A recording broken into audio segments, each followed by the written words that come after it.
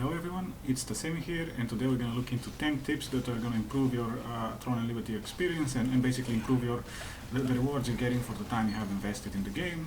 These are all things I do and I've learned throughout playing the game.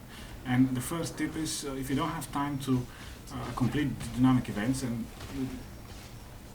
basically join a Dominion event within the last 5 minutes of the event and try and submit as many tokens as you can to the named NPC, and by the time the event completes you're going to have submitted a fair chunk of tokens, and depending on whether you were lucky enough to be matched in team 1 or 2, because there's 3 teams, your reward is going to increase or decrease, and then of course you have the personal contribution, and that is based on the overall score for your team. So if you look at the team has 83 tokens total submitted, I have submitted half of those, so I'm going to be in a good spot to get one of the top rewards for the team. But all that also means you're likely in number 3 out of the 3 teams, so we're going to get the lowest reward of all teams. But basically, yeah, that can help you complete your weekly, that can help you get battle pass progress, and get a bit of Sollant, polished crystals and runes from the actual event, and medals as well. So it's always good to do, there's no real downside, but of course if you're joining in the last minute you can't really focus on PvP, you want to just get the reward and get out. But yeah, I mean, it's still good to do the full event, but this is if you're in a rush and you need to do other stuff. And sometimes, yeah, time's not enough for everything. So let's see what reward we get. So on this occasion we got about 250 and 24 crystals plus other materials. So yeah, that's pretty good. So now we're going to Herba Village, to the Resistance goods merchant, where you can buy stuff with medals you get from dynamic events too, and you can buy this Resistance Amitoy selection chest. And what you need to do is just click on the chest and check what of these Amitoys is missing in your collection, and yeah, buy this every week for 30 medals to complete your collection. But of course, before you do that, please check the Hyper Boost Passive Ascension. So at the moment I'm just browsing through my incomplete let's say groups of Amitoys, which is the PAL selection. So now we're going into the Hyper Boost steps, and you can check each of the Amitoys in there if you've already collected it, and you don't want to duplicate anything that's from the chest. That's kind of what I'm saying. And of course, completing the Battlegrounds. This is the next tip. Combat, you can see the combat coin that is obtained through completing Battlegrounds. I have 549 out of 800, that's the maximum for the week. But at the end of the week, I was able to achieve points that go over the 800 limit, and that was by winning a game when I was out around 740, something like that. So the last game you have is it can get you over the limit for combat coins. And the reason we're collecting these combat coins is to get one of these rings, PvP rings, and of course the other stuff you can buy, such as obsidian pieces, but mainly I want the Call of Corruption, for example. I need 3,000 of these for that, and that's going to take me about 4 weeks. I already have 1,100. And yeah, this is a very good PvP ring, easy to get. Just spam the Battlegrounds, win or loss, you get 40 points per loss and 80 for win. And then make sure you do your Nebula farm. You can buy these Noble Blessing pouches, 20 of them every week, with decent chance for tier 3 gear or tier 2 gear that's still alright, such as the tier 2 Nebula stuff. And of course you need to get the Greater Nebula chests, 7 of them. They allow you a chance to get tier 3 Nebula accessories, and you get them by buying a Greater Nebula core. So 7 times 15 is what you need in terms of tokens. 105 tokens for the Greater Nebula Conquest Chest, and you need 20 more for the Blessing pouches. So a total of 125 per week, and that's about 2 hours farming. So it shouldn't take you too long, and that's not even very efficient farming. It's just. And now we're moving on to the next dimensional trials. Make sure you use your your dungeon tokens to do level 1 or higher dimensional trials. It's Carmen Rage Island this week, but you can see the rewards here. You get 2,000 points per run, and you get quite a few rewards up to the first 6,000 points, and after that it slows down a bit, but the rewards for top ranks is quite good. This table resets every week, so today at 42k you need to do about 18 runs of level 1. And you get a chance to get tier 3 drops, you get the bonus box, and yeah, very rewarding. So look, I opened one of the conquest chests. This was one I got, and wow, I got a Nebula accessory that is best in slot for my build. So this is a bracelet of radiant chains. It costs about 14k on this server, and so yeah, I didn't expect that. That was not part of the plan for the video, so that kind of startled me really. And yeah, so this shows you that you can, these Nebula chests, they are good to do. And of course, the irony is that I got this Nebula chest from the guild. I'll show you in a second. I'm just checking how much this costs currently, because I'm so surprised. 14k, and I mean, I didn't expect this, so I didn't include it in my build at the time, but now it's in my build. I didn't think I'll get the Lucent to buy that. So yeah, that's a great win. I opened the 7 for the week after that, and I didn't get any Nebula drops, so that was so lucky. So we're gonna just move on to the next tip. The next tip is go to your contract coin merchant and always buy your noble blessing pouch, because I bought it at the start of the expansion. I got the Bloodhound, or what was it, the 15%, 30% critical damage set, and I sold that in a lithograph for 5k. So this is entirely from this bag. And look, yeah, we're opening some boxes. This is just tier 2 loot, but yeah, we got quite a few contracts too. So always buy this bag, and to make sure you have the resources to buy this bag, complete all your contracts. T1, T2, T3, all your contracts. Complete all of them, you're gonna get contract coins for all of them. I don't do the cooking contracts much. So the other thing is your miscellaneous inventory. It can be expanded to 150 slots for Lucent, and it's the same for the artifacts. You can expand your artifact inventory a bit, you can expand your bank a bit.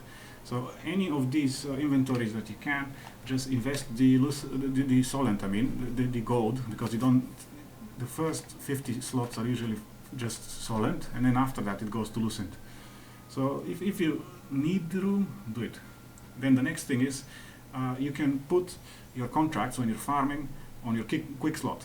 For example, use F4 for me, but that helped me a lot farming Abyss dungeons. So if I'm like running around in Barkant and I'm busy fighting 100 mobs, I don't want to open my inventory, look for the right scroll, click on it and stuff. I just want to press F4 and accept, reroll and accept, reroll and accept.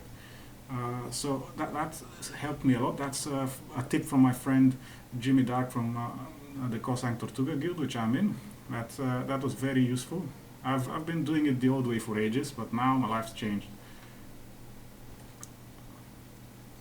So then we're moving on. So this is the map. Open the map menu, and you see there's quite a bit of information that's kind of hidden on the map menu. You can click on the calendar and switch to daily, and you can check the bosses that are scheduled for the entire week. And for example, I'm currently collecting the Frenzied Event shards, and there's some on Saturday and on Tuesday at 9 o'clock for my time zone. So I can plan my, which bosses I'm going to attend and stuff, and yeah, I'm going to get 10 fragments to upgrade my event wand from that. So I didn't know that, took me a while. And this is the guild tab for rewards. As you can see, there's a chest, and once you reach 5,500, you get this chest, and you can open it, and the rewards are Stellarite, Extraction Stones, Unlock Stones, Noble Polish Crystals, Chaos Prisms, Entropy Shards, and Greater Nebula Conquest Chest. So, as you can see the screenshot, I got one Greater Nebula Conquest Chest, and that was the one I opened just a minute ago to get my Nebula accessory live for you.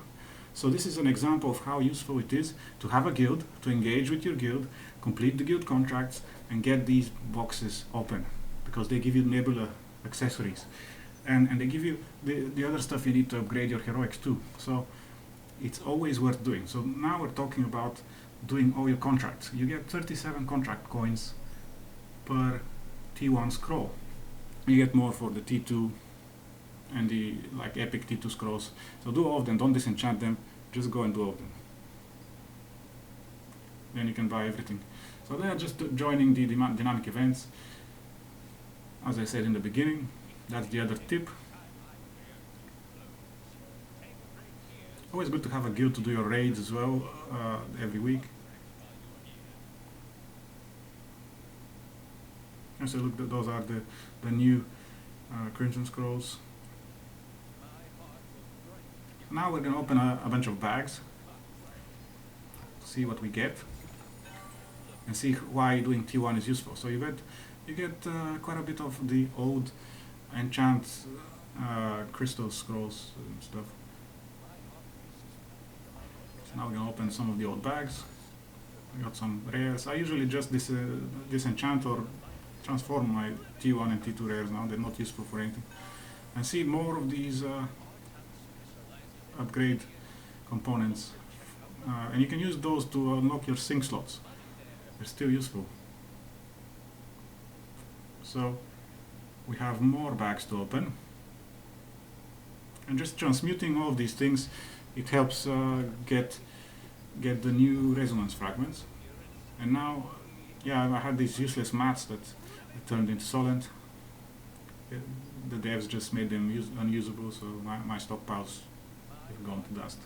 But now we're opening the Temple of Truth bag, so we're getting 2 pairs of boots and a whole bunch of other stuff. All T2 of course, but some of these actually sell, the heavy attack chance and so on. Yeah. And of course we're getting 60 armor growth stones and more accessory growth stones and stuff. So these are good, and on top of the contract coins and the loot from the mobs. Doing your Abyss Dungeons tokens is always good because the drop is now T3 as well. So now we're going to open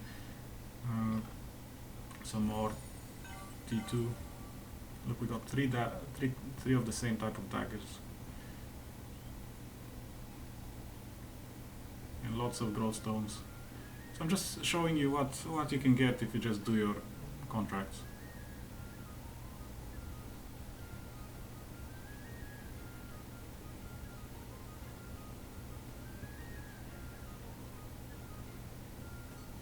It's fuel for the transmutation machine.